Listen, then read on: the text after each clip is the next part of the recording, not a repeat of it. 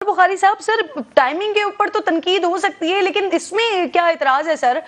اگر 3 ججز فیصلہ کر رہے ہیں ان کے فیصلے سے معاملات آگے بڑھتے ہیں تو اس میں اسقط نوٹس کے معاملے میں تو سر پھر اس پہ کیا اعتراض ہے بخاری صاحب؟ کرن سب سے پہلے تو ایشو یہ ہے کہ یہ جو جیل میں رائے نا چیف جسٹس کے خلاف اور سپریم کورٹ کے خلاف وہی سب سے زیادہ تقریریں کر رہے ہیں جو کسی نہ کسی جرم میں رائے وہی سب سے زیادہ تقریریں کر رہے ہیں. ایک تو یہ مجھے بتائے 3 ممبر بینچ کے اوپر یہ تو شور مچا رہے ہیں.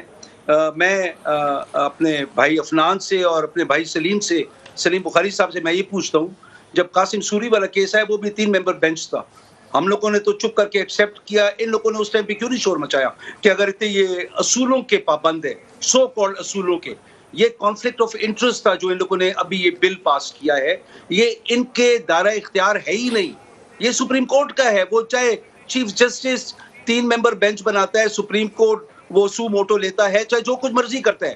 At the end of the day میرا کہنے کا مقصد یہ ہے سلیم بھائی کو جس طریقے سے ڈیفینڈ کیا سلیم بھائی نے نون کے ایکشنز چیف جسٹس سجاد کے خلاف افسوسناک ہے.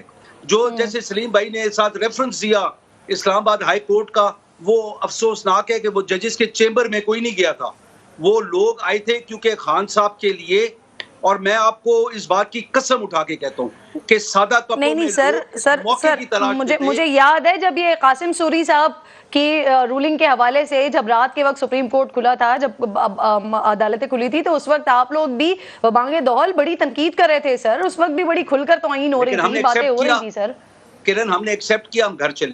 اس ٹائم پہ ان لوگوں نے تو نہیں بولا کہ فل کہتے ہیں فل بینچ آپشن نہیں تھا نا آپ کے پاس. ابھی مجھے بتائیں آپشن تھا یا نہیں تھا؟ ہم اعتراض کو کیری آن کر سکتے تھے نا, جیسے یہ لوگ ابھی درختوں کے اوپر چھلانگے لگا رہے ہیں. سلیم بھائی نے جو بات کی جو افسوسناک بات ہے, یہ ایک اینالسٹ ہے اور ایک اتنے سینئر جرنلسٹ ہیں کہ جن کا احترام آپ کا اعتراض ختم ہو گیا.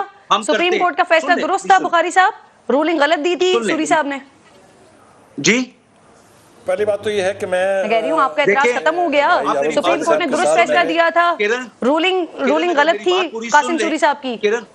کرن میری بات اگر پوری سن لے پلیز. جی آپ ہی سے پوچھ رہی ہوں. وہاں پہ ہمیں بخاری صاحب آپ ہی سے پوچھ رہی ہوں. سادے کپڑوں میں جیسے بھی چینل 24 کا بندہ پولیس کی وردی میں خان صاحب کے گھر میں گھسا ہوا تھا, ہمارے پاس تو پوری ڈیٹیل اس کی آ گئی ہے, آئیڈینٹیفیکیشن بھی ہو گئی ہے. اور بہت سارے لوگ ایسے کہ جو بلو برڈ پولیس کی وردی میں آئے ہوئے تھے. سلیم بخاری صاحب نے کبھی اعتراض اٹھایا اس بات پہ؟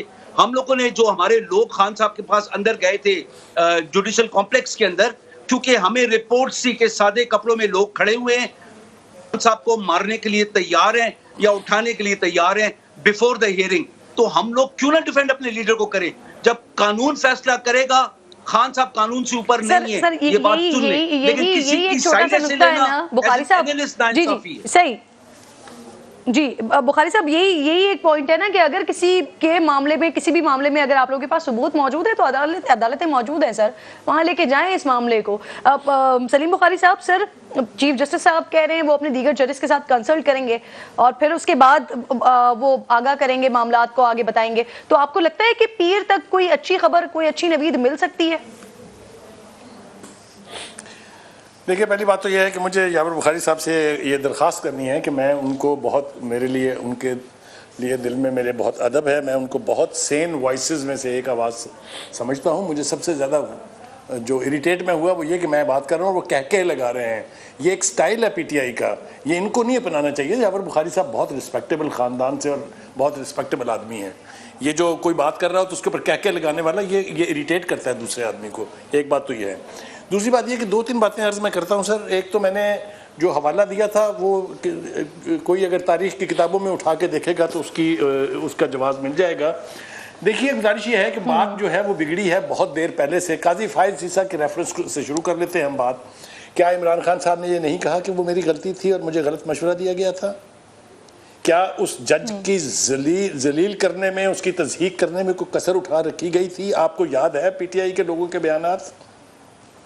تو ایک بات. دوسری بات یہ ہے کہ یہ جو امینڈمنٹ ہوئی ہے جس کے بارے میں یہ فرما رہے ہیں میرے بھائی یاور کہ ان کے پاس کوئی اختیار نہیں تھا, اپنے سب سے کریڈیبل لیڈر جن کا نام ہے Hamid Ali Khan, who is a jurist, who is a law experts, اس نے ویلکم کیا اس فیصلے کو اور کہا ہے کہ یہ تاخیر سے ہوا ہے. یہ بہت پہلے ہونا چاہیے تھا.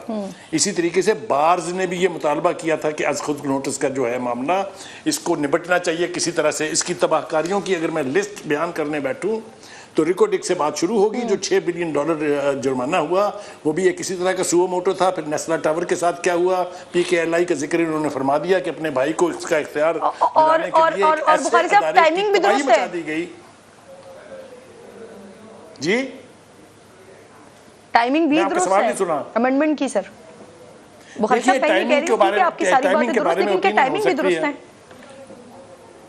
جی دیکھیے ٹائمنگ جو ہے اس کے اوپر سوال اٹھ سکتے ہیں, اس کے اوپر سوال اٹھایا جا سکتا ہے, لیکن جس طریقے سے بلڈوزنگ ہو رہی ہے ہر طرف سے, آپ کسی ایک کو ایکیوز نہیں کر سکتے. جس طریقے سے جوڈیشل ایکٹیویزم اپنے عروج پر ہے عدالتوں میں, یہ نہیں ہونا چاہیے. یہ ضمانت کے ٹھیکیدار نہیں بننے چاہیے. یہ ساری وہ باتیں ہیں جو آنے والے وقت میں ریکال کی جائیں گی. میں بتا رہا ہوں آپ سے, یہ ساری چیزوں کو بیٹھ کے دیکھنے کا ایک ہی طریقہ ہے کہ سٹیک ہولڈرز. بہت شکریہ, بہت بہت شکریہ سلیم بخاری صاحب. سینیٹر عفنان اللہ صاحب, اداروں کا تقدس اور سپریم کورٹ کا احترام ملوز خاطر ہونا چاہیے. امید کرتے ہیں کہ پیر تک کچھ اچھی خبر, اچھی اطلاع دو عالم کے مشکل کشا کی مشکل کشا قرار پائیں. اسلام کی خاتون اول, مومنہ اول, رسالت ماں کی منکوہ اول, ایمان والوں کی ماں اور دین کی محسنہ حضرت خدیجۃ الکبریٰ رضی اللہ تعالیٰ عنہا آج دنیا سے رخصت ہوئی.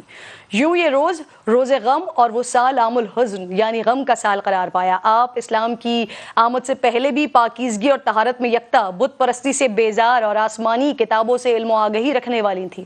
عفت و پاک دامنی کا عالم یہ تھا کہ خرافات سے بھرے ہوئے معاشرے میں بھی آپ کو طاہرہ کہا جاتا تھا. شان و شوکت, رعب و دبدبہ ایسا کہ ملکہ بطحا ملکۃ العرب کہلائی جاتی تھی.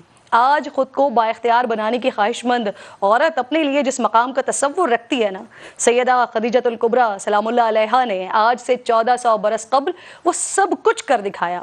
اتنی با اختیار کہ شادی ہو یا تجارت اپنے تمام معاملات خود طے کیے. منتظم ایسی کہ سود و ربا سے بھرپور معاشرے میں تجارتی دیانت کے اصول متعارف کروائے.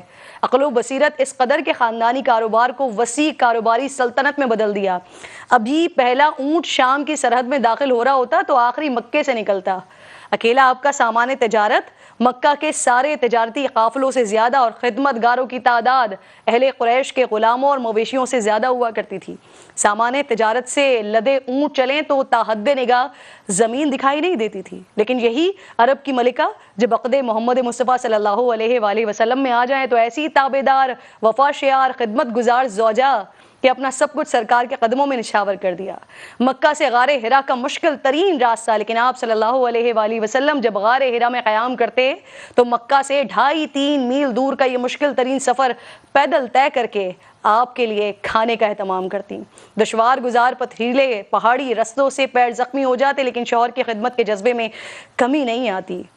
یہ وہی منزل تھی ناظرین جب جبرائیل امین نے اللہ کا سلام آپ کو پہنچایا اور جنت میں محل اور اعلیٰ مقام کی بشارت دی.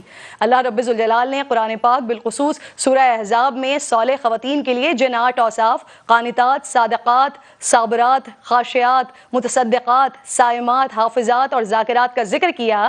آپ نے قناعت, صدق, صبر, خشیت, صدقہ و خیرات